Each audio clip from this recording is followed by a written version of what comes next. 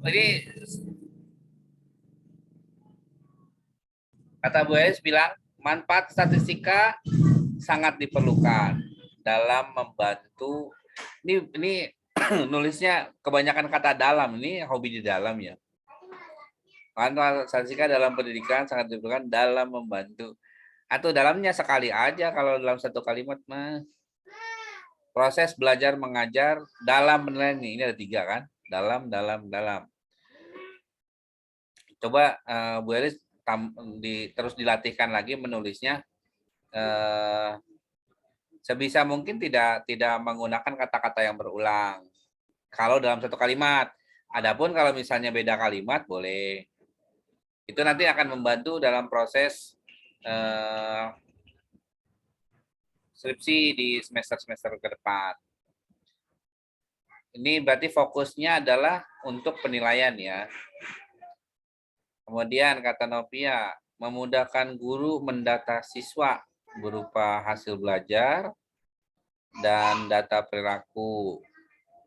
Wih, perilaku oke. Tidak akan sembarangan menilai. Emang kalau yang nggak tahu statistika, guru akan sembarangan nilai ya, Nov?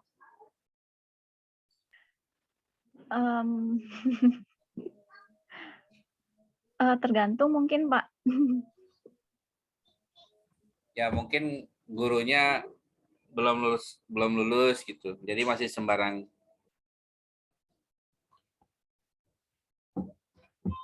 Ada lagi nggak ya?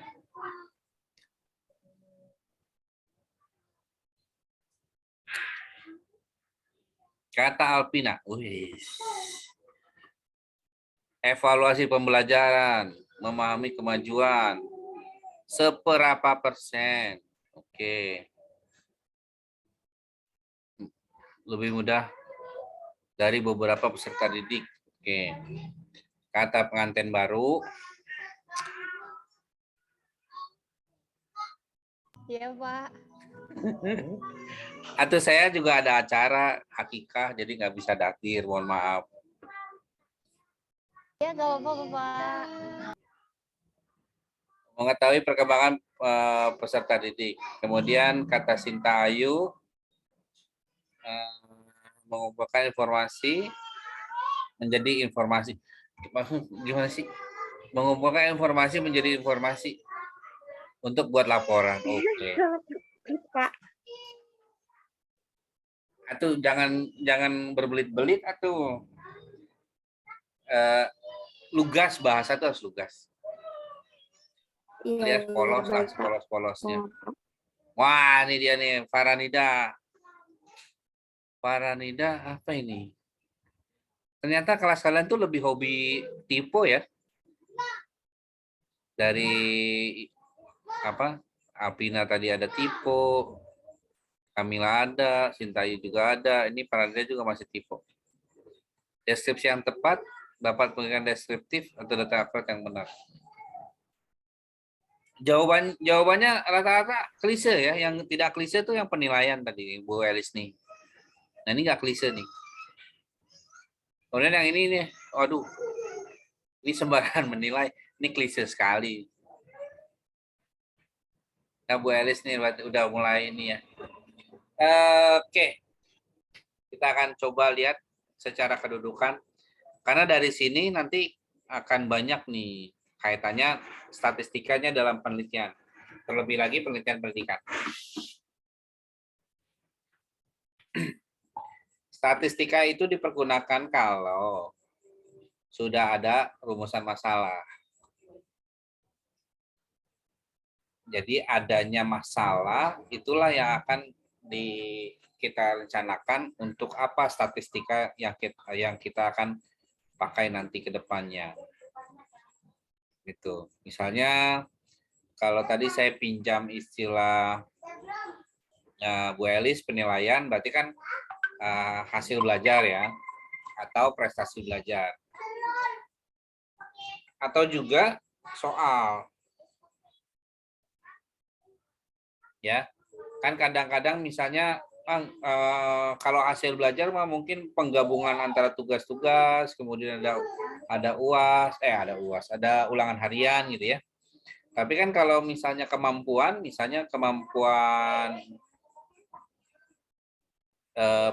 penguasaan konsep, berarti kan hanya materi tertentu saja. Misalnya penguasaan konsep kebersihan lingkungan pada tema berapa, atau penguasaan konsep tema 6, subtema berapa. Nah, itu artinya materinya terfokus pada satu hal. Itu sebagai satu variabel statistik. Nah, adapun supaya bisa dihitung, perlu ditambahkan satu variabel, sekurang-kurangnya satu variabel lagi. Jadi minimal ada dua variabel supaya bisa terlihat bagaimana keterkaitan antara variabel pertama dan variabel kedua. Contohnya, apa sih yang mempengaruhi penguasaan konsep? Apa sih yang mempengaruhi hasil belajar? Apa sih yang mempengaruhi prestasi belajar? Gitu. Saya lebih cenderung pada penguasaan konsep ya, karena mungkin ada misalnya Bu Elis ngajar tema berapa? Kelas berapa, tema berapa, subtema berapa sekarang? Kelas 4, Pak. Kelas 4, tema berapa? Kelas 4, tema 7, baru subtema 1, Pak. Tentang apa itu? Tentang siklus hidup sama, kan tematik ya, campur-campur. Ya. Sama kebudayaan. Oke. Nah, artinya kan di dalam subtema yang tadi disebutkan ada dua pokok ya, dua mupel atau dua muatan pelajaran. Nah, penguasaan konsep itu boleh memilih salah satu di antara dua. Mau memilih kebudayaan atau tadi apa yang satu lagi? IPA, Pak. Daur hidup hewan. Daur hidup, siklus hidup maksudnya. Iya, Metamorfosis ya? siklus. Iya, betul. Langsung spesifik aja metamorfosis gitu. Bener nggak sih? Atau maksudnya ini ya, rantai makanan ya? Betul, Pak. Berarti langsung pada fokus rantai makanan. Mungkin langsung ada penelitian seperti ini. Hubungan Pak titik-titik ya, hubungan saya sebutnya blank ya, hubungan blank terhadap penguasaan konsep rantai makanan. Nah, artinya nanti ada pengujian penilaian ya lewat soal dari yang diberikan oleh guru mengenai rantai makanan, entah dalam bentuk PG, entah dalam bentuk esai gitu. Tapi lebih mudah nantinya dalam bentuk pilihan ganda, karena nanti akan kelihatan datanya. Karena pilihan ganda kan nanti skornya itu bisa 0, bisa 1. Tapi kalau menggunakan konsep Cambridge itu soal itu bisa berubah. Esai sekalipun, misalnya esai ya itu punya bobot gitu ya. Tinggal rubriknya seperti apa. Artinya tidak terbatas harus PG lagi gitu. Hanya saja yang paling sering dipakai itu untuk di Indonesia kebanyakan pilihan ganda. Nanti terserah, nanti kamu bikin soal kira-kira kemampuan anak kelas 4 SD itu berapa sih gitu untuk mengerjakan pilihan ganda. Apakah 20 pertanyaan cukup atau kebanyakan? Itu tergantung penilaian dari gurunya. Karena yang mengerti siswanya adalah gurunya tersebut gitu. Karena guru akan menilai berdasarkan perkembangan peserta didik secara harian, ini anak ini yang terendahnya mampu mengerjakan berapa soal pilihan ganda selama kurun waktu tertentu. Nah, variabel yang blank tadi yang di awal saya bilang itu bisa diganti dengan macam-macam, entah variabel yang sifatnya internal atau variabel yang sifatnya eksternal. Apa yang dimaksud dengan internal dan eksternal? Kalau misalkan yang diukur adalah penilaian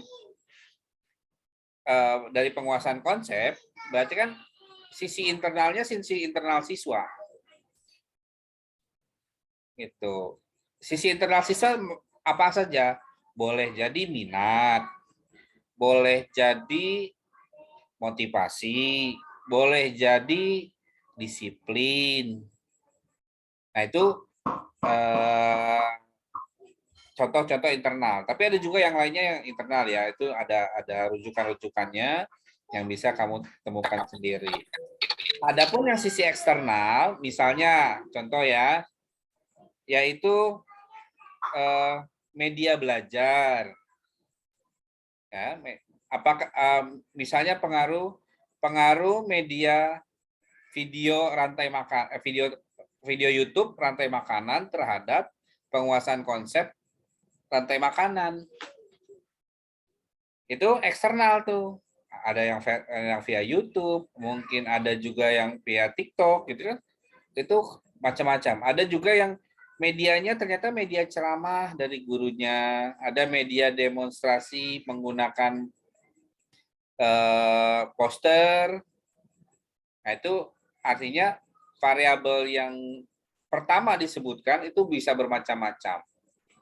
Gitu. Tinggal kalian pilih aja mau yang mana.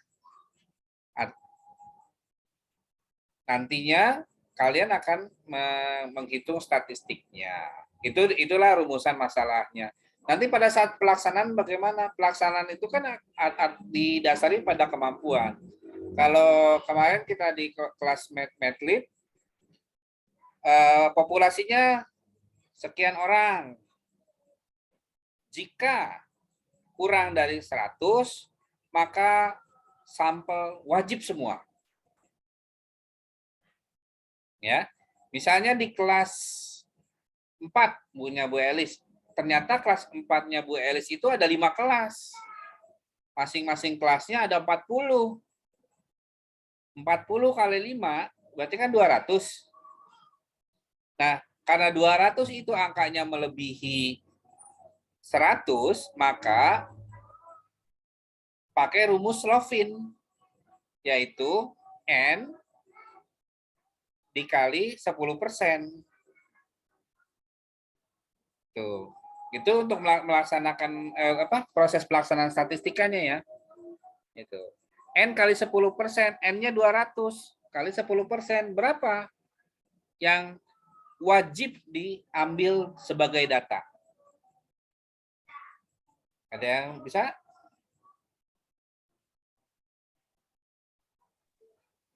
Seratus, Pak. Berapa? N-nya 200. Populasi 200. Kemudian rumus Slovin itu N dikali 10%. Ya. Sampel sama dengan N dikali 10%. N-nya itu populasi. Jadi sampelnya berapa? S sama dengan 200 dikali 10. 20%. Berapa itu? 10%. 20, Pak. 20. Nah, karena berdasarkan rumus hanya 20 orang, maka boleh dilakukan dengan beragam cara. Misalnya karena ada 5 anak, 5 kelas, ya 5 lokal ya, mungkin masing-masing 4 orang. Atau udah cuma satu kelas aja, tapi 20 orang yang dikasih. Jadi tidak semuanya. Nah, sementara kalau misalnya ternyata pas di sekolahnya Bu Elis itu jumlah kelas 4 itu N-nya hanya sejumlah 45, maka populasinya sama dengan sampelnya sama dengan populasi. Tetap diambil 45. Gitu. Namanya sampel jenuh. Itu seperti itu. Ini masih aman kan ya? Kalau ada kesulitan langsung potong. Mudah-mudahan enggak. Bapak maaf, yang itu, Yang mana? yang kedua itu, yang sampel kurang dari 100. Nah ini Suaranya putus-putus ya. Oke. Ya, jika kurang dari 100, nih kan, populasi kurang dari 100, ya, misalnya N sama dengan 45, populasinya 45, maka sampelnya itu diambil penuh, tidak alias 100%. Itu seperti itu. Nah, ini 10% ini apa? Ini rumus Lopin.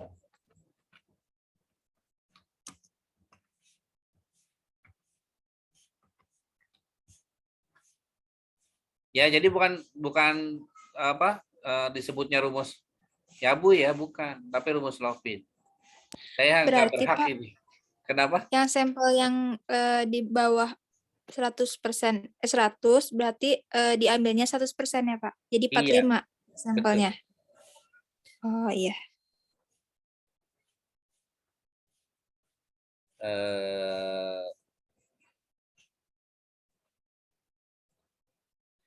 Ini aja deh. Jika N 45, ya, sampel sama dengan N dikali 100%. Ya, ini aturannya. Ini aturan dari Slopin ya, kedua-duanya punya Slopin. Ini jika lebih dari 100. Pak, kalau di atas 200 berapa? 5%. Ya, mulai dari 200 ke atas itu 5%. Dikali 5% berarti, Pak. Iya, tapi saya nggak mau nulis. Kadang rata-rata ada juga orang yang mematoknya di angka 1000 ya. Karena ada kala di mana Slovin sendiri merasa bahwasanya 100 sampai dengan 1000 itu masih 10%. Gitu. Saya tidak mencatat penuliskannya karena supaya ada kebebasan ya, kebebasan. Tapi ya tetap harus merujuk kemana gitu. Oh ini kasus Slovin yang seperti ini gitu. Itu bisa dicari di jurnal-jurnal gitu atau di buku-buku tentang statistik. Itu. Nah itu harus tahu dulu data orangnya. Misalnya kalau misalkan di sekolahnya Bu Eris ada 200 orang, terus kita penelitian 200. Coba bayangkan berapa uang yang harus kita keluarkan untuk mencetak angket. Seumpama nih ya, angket kamu itu ada 10 lembar. Ya. Ada 10 lembar, terus kamu bagikan untuk 200 orang. Kira-kira berapa rupiah yang kamu habiskan untuk fotokopi? Setelah itu, kamu harus pindahkan juga. Pindahkan lagi ke dalam bentuk data SPSS di sini. Pindahin semua di sini. Berarti kan sampai 200 kan? Emangnya mau? Kalau mau ya nggak apa-apa. Kan pilihan ya. Enaknya statistik itu. Oh ada kemudahan. Kenapa nggak dipakai? Nah itu tahap pelaksanaan. Nah kalau 45 kenapa masih dianggap sedikit? Ya karena ya patokannya 100 orang tadi. Jadi dianggap udahlah itu masih bisa dijangkau. Itu seperti itu. Nah, nanti data yang terkumpul itu kamu ubah menjadi angka. Masih ingat nggak tentang skala?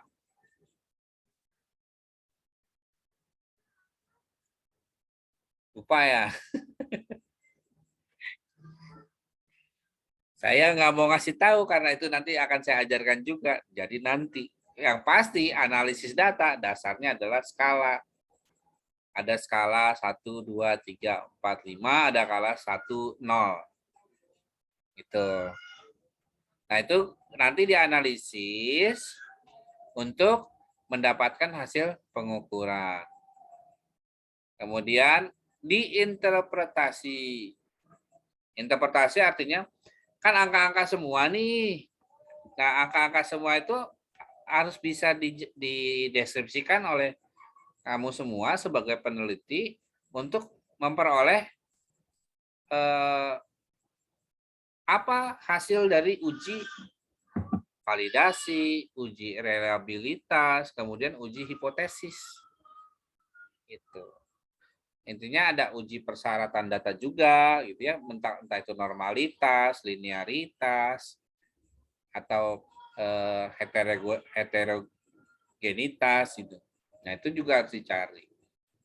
Nah, statistik itu punya peranan pentingnya memang untuk penelitian kuantitatif. Ada model, hipotesa, lalu dikembangkan instrumennya atau alatnya. Kayaknya dan angket, termasuk juga soal yang mungkin kalian diminta oleh Kepsek bikin soal, entah PG berapa, esai berapa, itu tuh wajib diteliti oleh diri sendiri sebagai guru. Berapa tingkat kesulitannya, supaya ada pengukuran berikutnya apakah ada perbaikan atau tidak. Kalau guru yang melupakan proses tersebut, nantinya seakan-akan menjudge bahwasanya soal kamu sudah bagus. Padahal belum tentu soal tersebut bisa mengukur kemampuan yang sebenarnya. Kadang-kadang seperti ini. Ketika murid nilainya bagus terus, itu stakeholders itu akan bilang ini gurunya ngasih soal kegampangan. Akhirnya stakeholdersnya kecewa. Enggak di sini. Tapi ada juga orang yang malah bersyukur ketika nilainya anaknya bagus-bagus gitu. Cuman kan apakah itu sudah menggambarkan kehidupan sebenarnya atau kehidupan nanti mereka di masyarakat? Boleh saja nilai bagus, tapi di masyarakatnya nanti bagaimana? Jangan sampai diiming-imingi dengan hal-hal yang baik, tapi ketika di masyarakat malah turun. Nah, inilah peran statistika di sini. Jadi guru itu sekalipun dia buat sendiri soalnya, itu diukur berapa distribusi soal yang mudah, yang sedang, yang sulit. Nah, terus dilihat anak yang kurang, bagaimana menyikapi terhadap soal yang mudah. Anak yang pintar, bagaimana menyikapi soal yang mudah. Itu ada perbedaan. Nah, itu gunanya statistik. Ya. Nah, ini kesimpulannya itu nanti disajikan, disederhanakan, kemudian dipresentasikan untuk keperluan pengujian hipotesis atau mengestimasi parameter. Jadi ada parameter yang kalau di rumusan masalah hubungan ini dan ini, hubungan variabel X dan variabel Y diukur secara parameternya atau pakai perhitungan parametrik atau pakai perhitungan non parametrik. Itu berdasarkan statistik inferensialnya. Nah, sekarang kalau itu bicara status dari atau kedudukan statistika atau status statistika, sekarang bagaimana perilaku statistika? Jadi perilaku statistika itu menjelaskan hubungan antara variabel ke variabel berikutnya. Di sini ada variabel atau peubah. Ya, bukan perubah ya, tapi peubah. Ya, yang nilainya tidak tetap.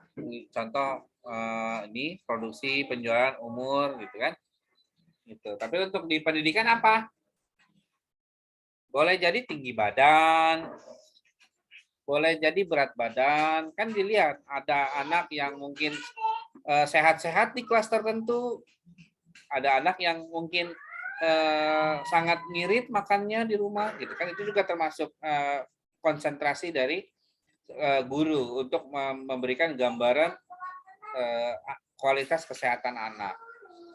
Ada juga yang mungkin dari penilaian, ada rentang kecapaian anak, oh ternyata yang paling rendah itu senilai A, yang paling tinggi nilai B, sehingga rata-rata antara keduanya atau rata-rata dari populasi tersebut berapa nilainya. Dan itu akan dipergunakan untuk promosi sekolah. Mungkin kalau di negeri mah tidak, tapi masyarakat itu suka dengan yang seperti itu. Dilihat, oh ternyata orang-orang atau peserta didik yang sekolah di sekolah tertentu peluang masuk SD yang berkualitas tinggi, SMP berkualitas tinggi itu besar.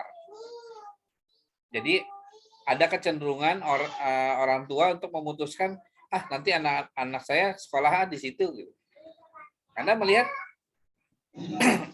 hasilnya. Kalau hasil anak itu dibuktikan dengan lulusan yang bagus, maka orang tua yang mengetahui informasi tersebut, dia akan memberikan keputusan bahwasanya saya mau anak saya diajarkan oleh guru-guru terbaik di sekolah tersebut. Gitu. Dan gunanya statistika juga tadi ketika misalnya membuat soal mudah, sedang, dan sulit, itu untuk membuat rencana ke depan bagaimana kalau soalnya soal mudahnya saya tinggikan kualitasnya sedikit. Apakah kualitas anaknya semakin baik atau bagaimana? Itu seperti itu. Lalu ada mengatasi berbagai perubahan. Contoh begini ya.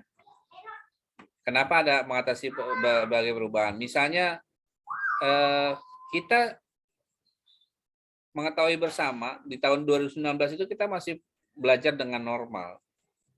Belajar masih tatap muka. Kemudian adanya format baru dalam pembelajaran yang akhirnya mendorong pengumpulan tugas itu lewat digital atau bahkan meminta orang tua murid datang dan mengambil dan juga menyerahkan. Datang mengambil, kemudian dikerjakan di rumah lalu menyerahkan kembali. Nanti akan dilihat berapa yang mengambil dan berapa yang memulangkan. Lalu bagaimana hasilnya? Itu kan ada perubahan seperti itu harus dilihat. Kalau misalkan ternyata tidak banyak yang melakukan seperti itu, harus segera dilakukan perubahan. Mungkin via Google Classroom, via WA. Ternyata WA juga tidak banyak. Berarti harus dicari keputusan yang lain. Yaitu untuk membuat keputusan yang lebih baik. Itu seperti itu. Nah, uniknya adalah statistika itu cuma ada 2. Ya, jadi nggak usah berpikir yang lain yang bukan-bukan. Yang kita pelajari statistika ini keduanya memang, tapi itu ada 2 bagian. Hanya statistik deskriptif dan satu lagi adalah statistik inferensial. Ya. Statistik deskriptif apa? Ini dia.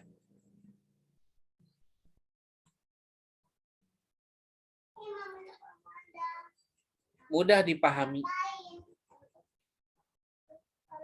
Kalau kalian bikin tabel, nanti ada tabelnya seperti ini gambarannya.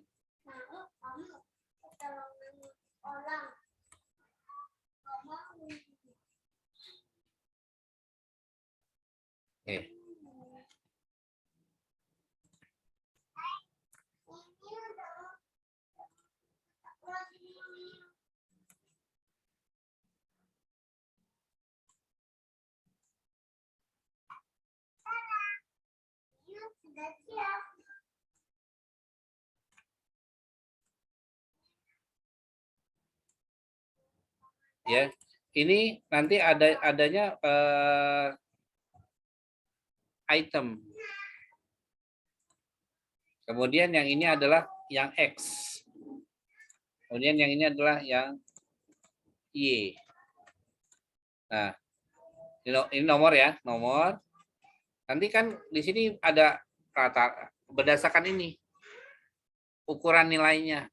Jadi ada min, kemudian kita kenal dengan median, kemudian ada modus, dan seterusnya dan seterusnya. Nah, adapun ini yang bentuk tabel. Nanti ada juga berupa histogram. Histogram itu kayak bar. Jadi kalau misalkan kalian terbiasa dengan membuat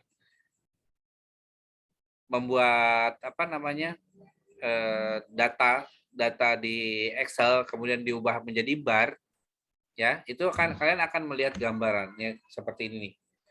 Saya langsung saya langsung lihat aja apa kata Google tentang histogram. Gambarnya. Nah, ini dia histogram. Nah, inilah seperti inilah yang nanti kalian akan dapati. Berapa sih? Berapa sih? Gitu. Ini kan ini banyak dikunjungi nih, banyak dilihat itu data-data ini seperti ini ditampilkan di kelurahan, data penduduk di RW. Kalau di RT kan nggak ada data beginian. Ya, usia 0 sampai ini ada berapa orang? Usia anak-anak ada berapa orang? Usia remaja dari ini sampai umur 18 berapa orang? Lalu usia dewasa, lansia gitu sampai yang nantinya ada data mortalitas tahun sekarang yang meninggal di wilayah ini berapa, tahun berikutnya tahun sebelumnya berapa, dan tahun sebelumnya berapa lagi. Nah, ini histogramnya.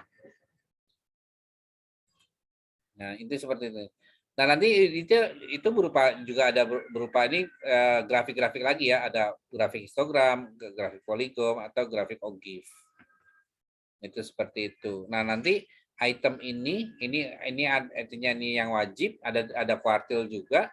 Nanti ada tambahannya tergantung dari jenis penelitiannya. Ada jangkauannya. Kalau kalian menganalisis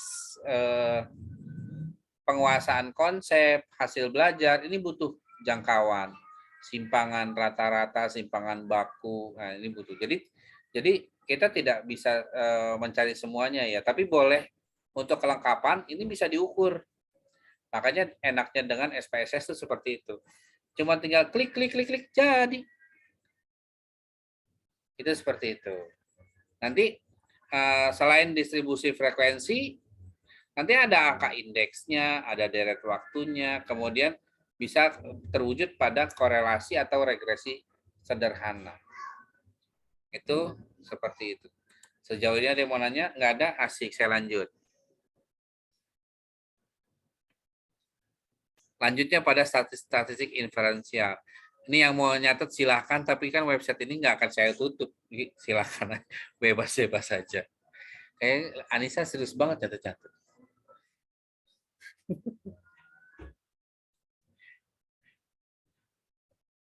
Oke, inferensial itu nantinya akan membantu memberikan keputusan ya.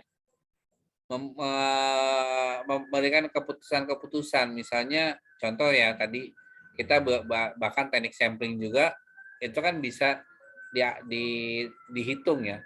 Kalau kan ada kata kalaunya soalnya. Ini kalau populasinya kurang dari 100 maka berapa? Nah, itu namanya inferensial. Yaitu mencoba menyimpulkan berdasarkan data statistik. Data realnya 200 orang.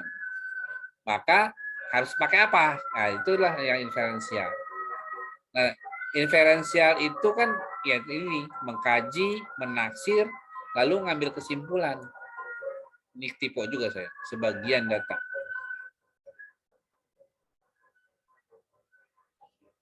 Ya. Kemudian ada macam-macam inferensial. Ini hati-hati ya. Kadang-kadang nih kita itu bikin angket, terus tiba-tiba hasilnya itu tidak sesuai dengan kita inginkan, alias persyaratan datanya tidak memenuhi. Akhirnya panik. Yang sering terjadi apa? Ini menganggap mahasiswa itu ketika datanya tidak memenuhi syarat, ya, itu langsung dianggap, aduh penelitian saya gagal, akhirnya ngulang penelitian lagi. Tapi memang itulah yang apa namanya, yang menjadi fenomena gitu. Pak, hasil uji persyaratan data saya, datanya tidak normal. Gimana Pak? Terus ada dosen yang belum paham tentang statistik, ya ulang lagi lah. Kesel nggak kira-kira? Udah menghabiskan fotokopi angket, harus ulang lagi. Udah berapa waktu gitu. Udah gitu mana kali setiap kali ngasih angket kamu selalu bawa pensil sebagai hadiah. Kan gitu kan. Ada yang mungkin campur penghapus, ada yang diganti dengan momogi mungkin atau coklatos kan gitu kan. Ya.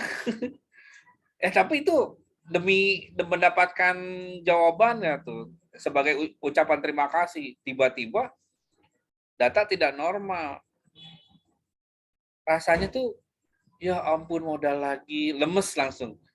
Aduh nggak lulus, udah nggak tahu. Akhirnya nggak dosen juga karena dosen pembimbing skripsinya mungkin lagi sibuk, lagi juga sedang melakukan penelitian. Akhirnya kesulitan kamu tidak bisa diselesaikan gitu. Kamu harus menyelesaikan sendiri. Ujung-ujungnya ngapain? Udahlah saya kawin aja dulu gitu. Contoh ya, itu contoh ngaco. Emang sebenarnya enaknya gitu. Kalau kita kasih contoh ngaco, kelas-kelas gelap-gelap kayak gini mah enak. Jadi nggak terlalu pusing.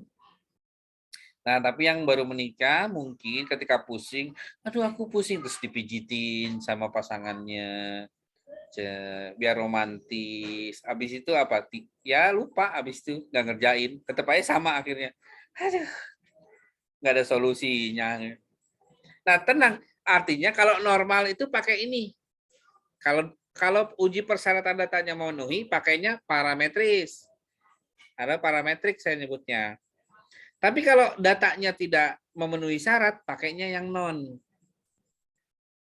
parametrik. Jadi kalau kalian nanti menghadapi data yang tidak memenuhi syarat, nggak perlu nangis. Ada solusinya. Ya, tapi kalau mau nangis dulu boleh, silakan. Karena lupa kan gitu ya, nggak bisa lupa websitenya saya gitu, lupa. Aduh, gimana?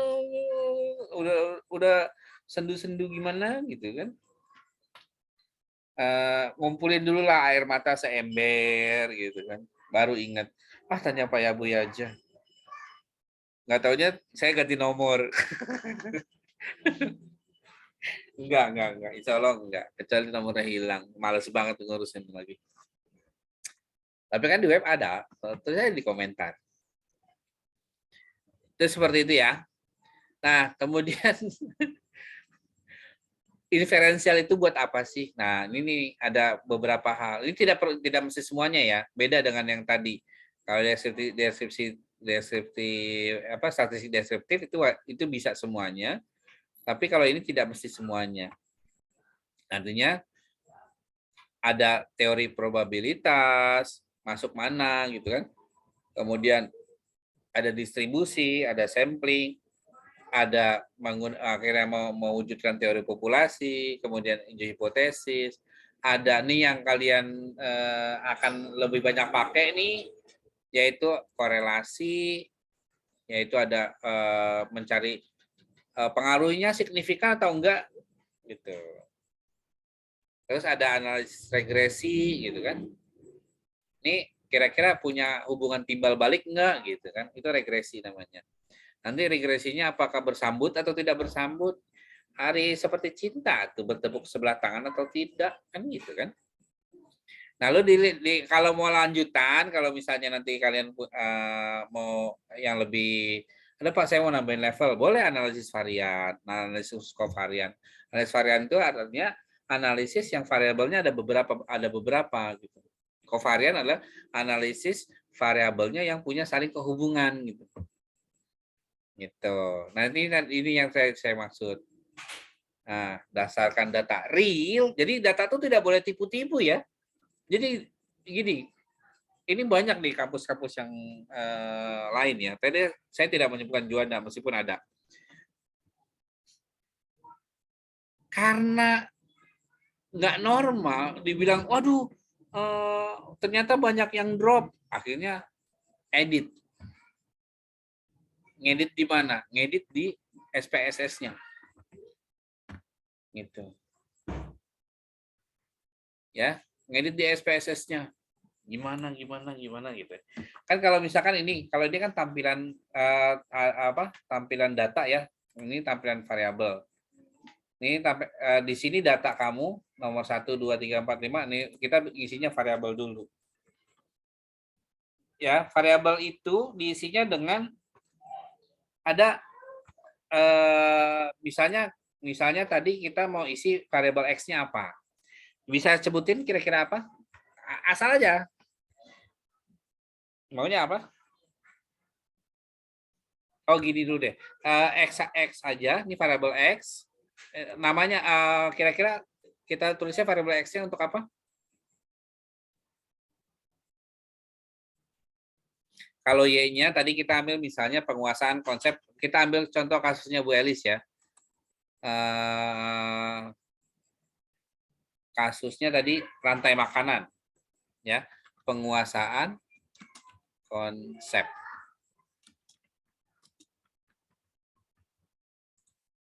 Kemudian variabel X-nya pada variabel bebasnya.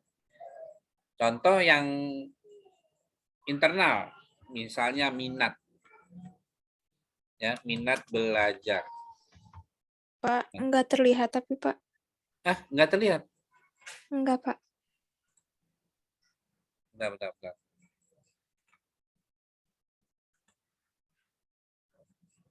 Saya jadi salah ngetik nih.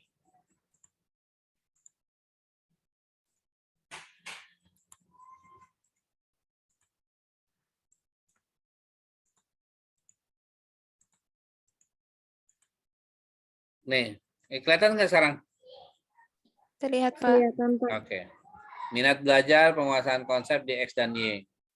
Kemudian kita lihat data view-nya. Ini X-nya kamu isi. Ini Y-nya kamu isi. Yang ini nggak usah diisi. Itu. Ya. Nah, untuk ini kamu isi ini sesuai dengan jawaban responden. Hasilnya berapa? Kalau Y-nya nilainya berapa? Misalnya nomor absen 1. Contohnya Asep. Nah, Asep itu punya nilainya berapa gitu. Ya.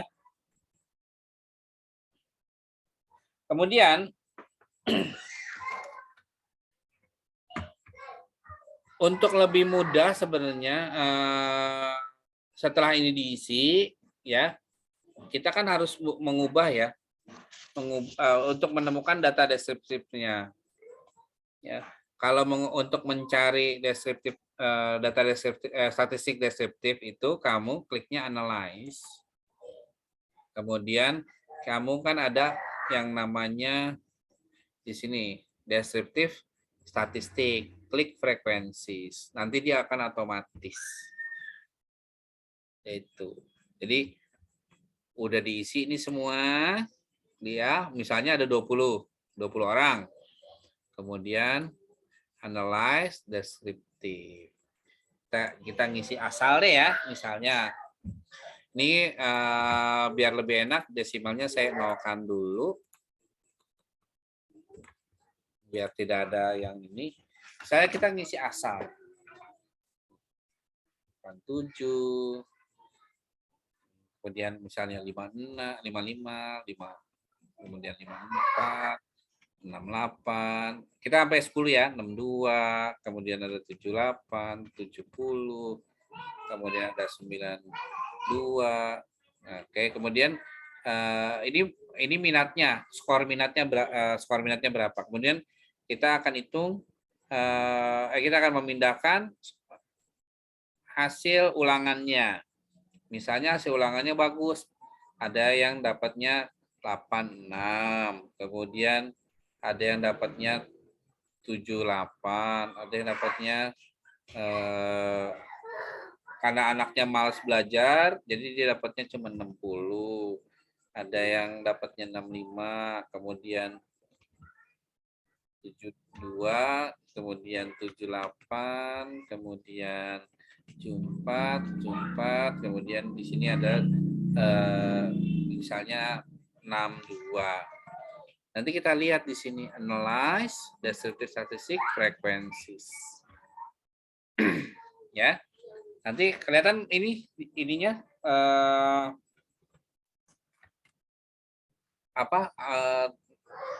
dialog box-nya. Terlihat, Pak. Kelihatan, Pak. Oke.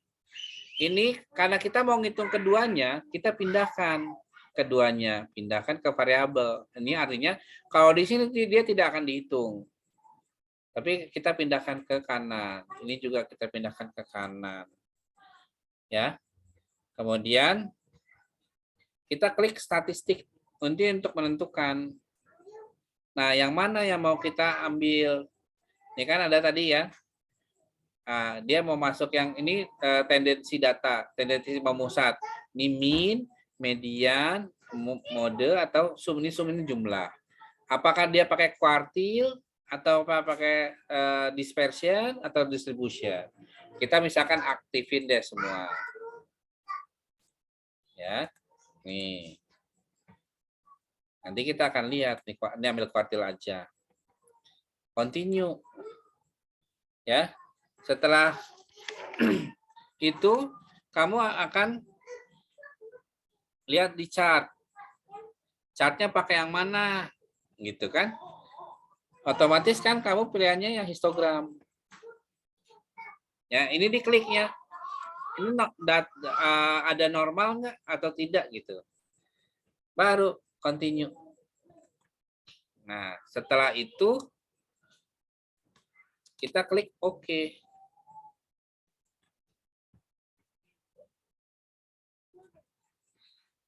Nah, inilah hasilnya. Ini yang kita pindahin ke skripsi. Ah, enak kan? Nggak usah repot. Enak sekali. Bagus, Pak. Ini yang kita pindahin. Tuh, lihat. Siswanya N-nya 10, benar kan? Minat belajar, ada penguasaan konsep. Nah, rata-ratanya 70,80 untuk minat belajar, konsepnya 71. Medianya segini, ininya segini, modusnya ini, dan ini. Standar deviasinya gini, terus kemudian kita lihat ada ini rentang nih. Ini frekuensi, ya tabel frekuensi. Yang dapat nilai 54 hanya 1, yang dapat 55 ada 2 orang. Untuk minat belajar. Ini yang kayak gini. Nah, inilah histogramnya. Normalnya di sini nih. Set. Artinya ini tidak normal, ini tidak normal, ini tidak normal, ini tidak normal. Yang normalnya masih di sini. Nah, ini. Itu seperti itu. Nah, dilihat. Tapi, ya itu tadi. Ini butuh tahapan lebih lanjut lagi. Udah kan? Nggak pakai repot-repot. Oke, tapi perlu diketahui, ini jangan lupa disimpan ya, ini berbeda. Jadi jangan sampai kalian membuat perhitungan-perhitungan secara berulang. Nah, inilah yang disebut dengan perhitungan deskriptif statistik. Oke, ini belum lanjut ya. Ini belum lanjut sampai berikutnya karena kita dibatasi oleh waktu, kita juga harus diskusi seperti itu. Tapi ini gambarannya seperti ini. Ada pertanyaan? Tidak ada? Oke, terima kasih. Bapak izin bertanya. Apa?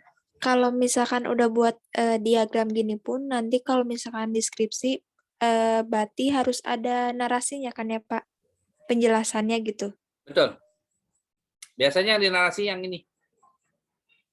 Oh, yang frekuensis ya.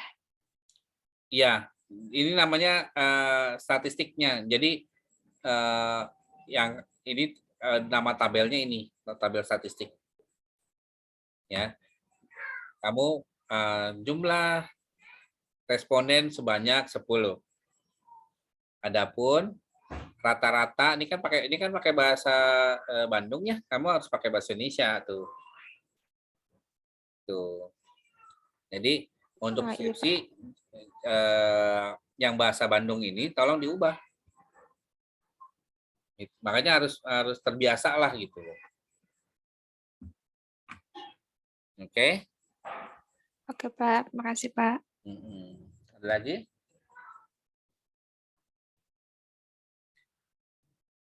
Udah Pak gini doang. Iya Pak gini doang. Berarti Pak kalau kayak gini mah kuantitatif. Kalau kualitatif nggak bisa. Ari kualitatif kan pasti banyak tulisan. Iya ya, berarti nggak pakai perhitungan, Enggak. nggak pakai SPSS. Tapi ada kualitatif yang statistik juga bisa. Tapi Oh, dia tergantung sampelnya ya. Maksudnya arah objeknya kemana gitu.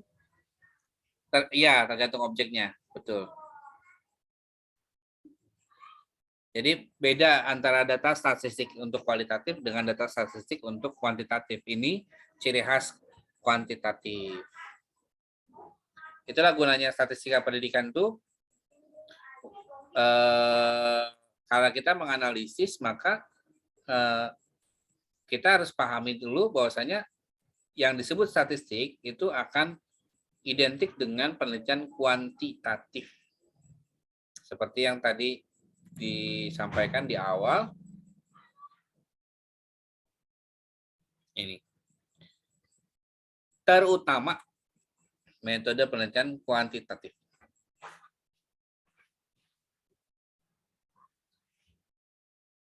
Oke lah. Oke dong. Udah, enak kan saya paparin dulu sebentar, baru kita ngobrol-ngobrol santai. Ada yang mau tanya? Nggak ada? Asik, nggak ada. Bapak, kan, halo Pak?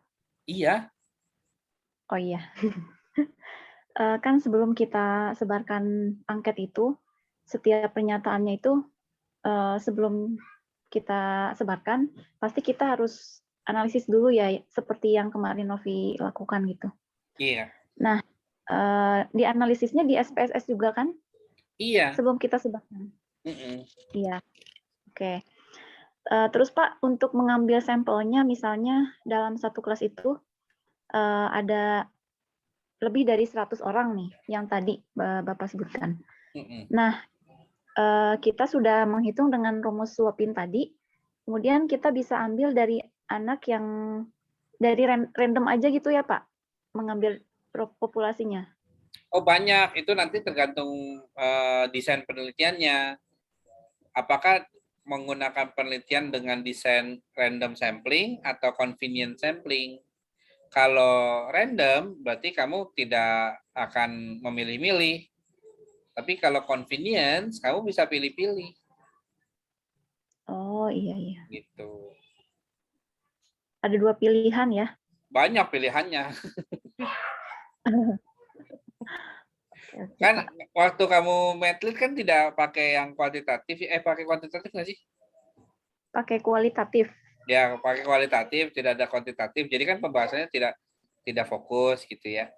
Artinya tidak fokus untuk kuantitatifnya gitu. Tapi kalau untuk yang kuantitatif ya itu akan dikejar terus. Oh ini begini, ini begini, begini. Nah serunya adalah sekarang ini kamu harus terbiasa dengan statistika pendidikan.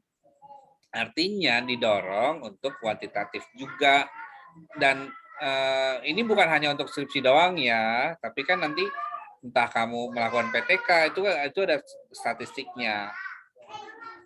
Kemudian kamu nanti melakukan analisis soal, itu juga bisa. Artinya, karena guru itu terbiasa dengan dua hal, kualitatif iya, kuantitatif iya, makanya keduanya kamu pelajari di kurikulum PGSD. Sedih ya?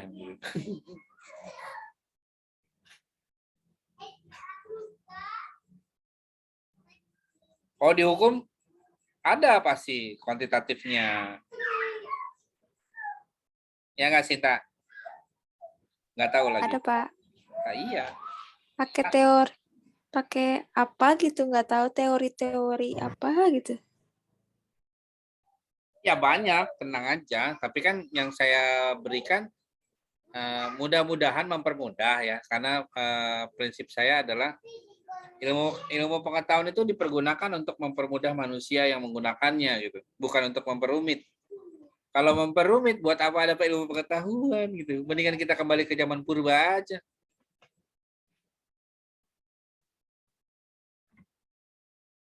Oke dong.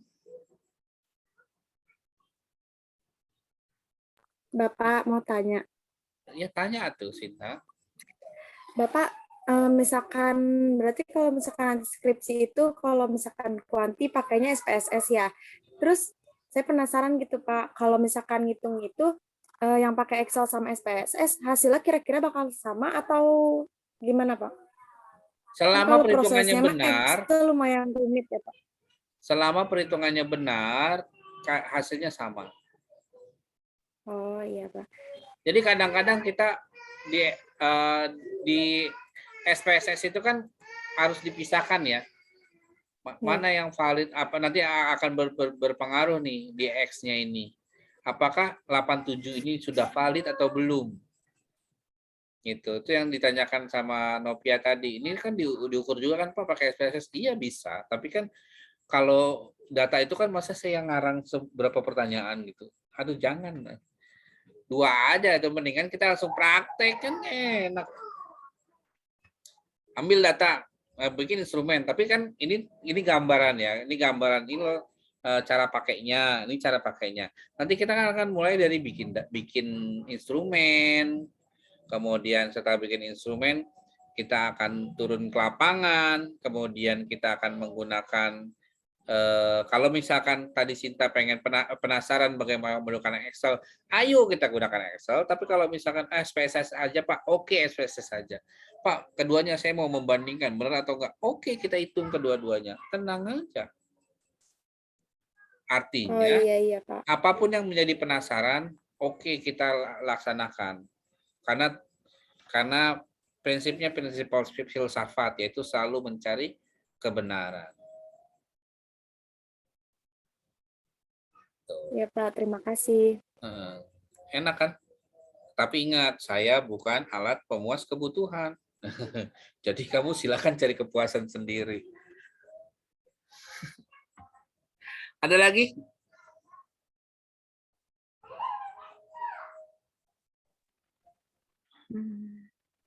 Bingung ya?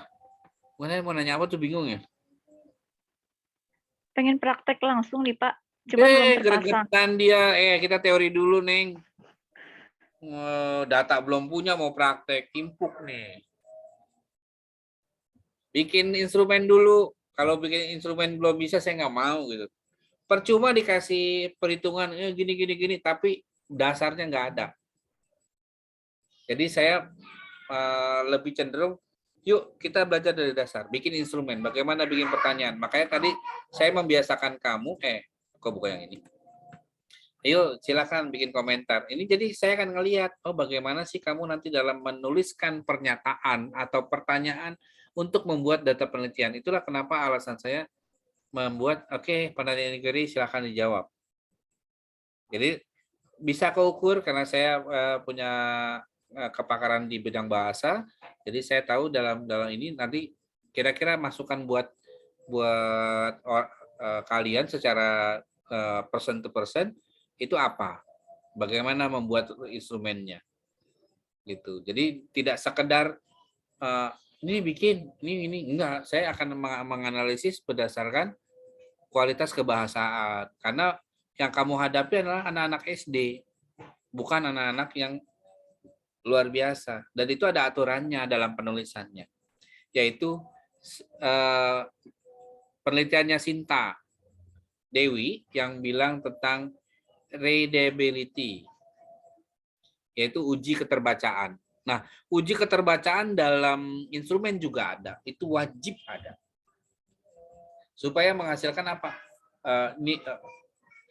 Item yang valid, yang memang benar-benar valid. Secara bahasa, juga secara pesan yang dituliskan. Itu seperti itu. Makanya nanti di sini saya akan banyak terus penggunaan web ini. Saya melihat rekam jejak. Kenapa saya cenderung langsung supaya saya punya memori juga tercatat secara digital. Nanti begini, nanti begini, nanti begini. Nanti akan terlihat oleh kamu jawaban-jawaban kamu ini apakah nanti akan semakin membaik atau malah memburuk. Minimal tipenya udah berkurang ya, minimal tipenya berkurang. Kan nggak lucu lagi bikin skripsi kata dosen pembimbing setelah sempro bilang, iya silakan kalian Anda sudah boleh membuat instrumen penelitian. Lalu minta 2 orang dosen untuk memvalidasi. Ketika divalidasi dosen, kamu ketemu orang yang sangat kritis terhadap typo, dicoret semua, ganti, nangis kamu itu.